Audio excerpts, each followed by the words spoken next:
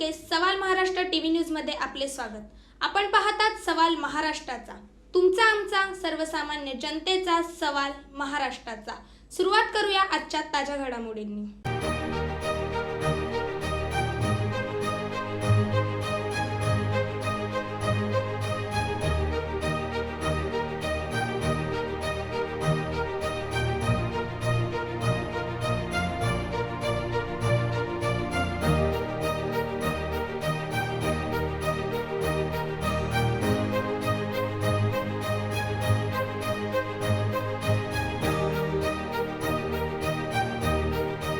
यामध्ये असं झालं, काल दिनांक 6 नोव्हेंबर 2025 रोजी दुपारी एक वॉर्ड अधिकारी आमचे मित्र आहेत येडवे साहेब यांचा आम्हाला एक कॉल आला। त्यांनी सांगितलं की असे एक बनावट अधिकारी महापालिकेचं नाव घेऊन लोकांना त्रास देत आहे आणि अशा संदर्भात कंप्लेंट त्यांच्याकडे आलेल्या आहेत आणि या बाबतीत आमच्याकडे पण थोडे इनपुट्स होते की असा प्रकार चालू आहे, पण निश्चित आमच्याकडे कोण कंप्लेंट येत नव्हते, त्यामुळे आम्ही थोडंसं याचा आमचा तपास चालू होता या अनुषंगाने। पण काल जेव्हा वॉर्ड ऑफिसरचे आम्हाला संपर्क झाल्यानंतर येडवे साहेबांचे आमचा संपर्क झाल्यानंतर त्यांनी आपण यामध्ये एकत्र बसून काम करू आणि म्हणून आम्ही एक टीम तयार केली। त्यांच्याकडे एक सेक्टर 17 राहणारे एक डॉक्टर आहे, त्यांच्याकडे कोणीतरी एक महापालिका अधिकारी असलेलं सांगून कामाची परमिशन घेतले असे पिळवणूक करून त्यांच्याकडून पैसे मागण्याचे प्रयत्न करत होते।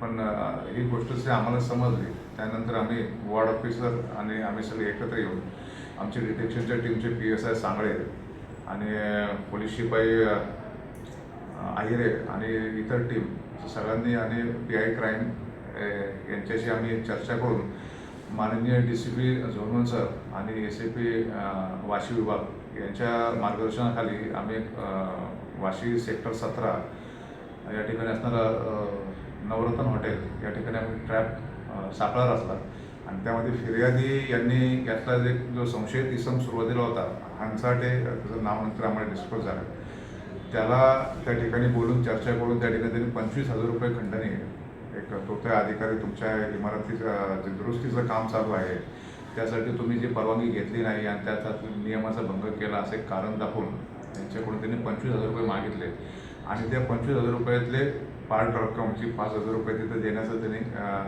आरोपींनी घेण्याचा प्रयत्न केला, म्हणजे थोडक्यात घेतलेच त्यांनी ते पैसे आणि घेतलं तर त्यावेळेला आमची टीम बाजूला तयार होती। फिर्यादी जे आहे त्यांनी आम्हाला त्यामुळे सिग्नल दिला आणि आम्ही एकत्र जाऊन तो जो आरोपी आहे त्याला त्यांनी ताब्यात घेतलं त्याकडे आम्ही फिर्यादी अमृत वीरभद्र हंसाटे येतोय, पण आरोपीचं नाव जे आहे अमोल दत्तात्रय फिसके, वय वर्ष 43 आणि हा राहणारा गोवंडी शिवाजीनगरचा आहे मुंबईचा।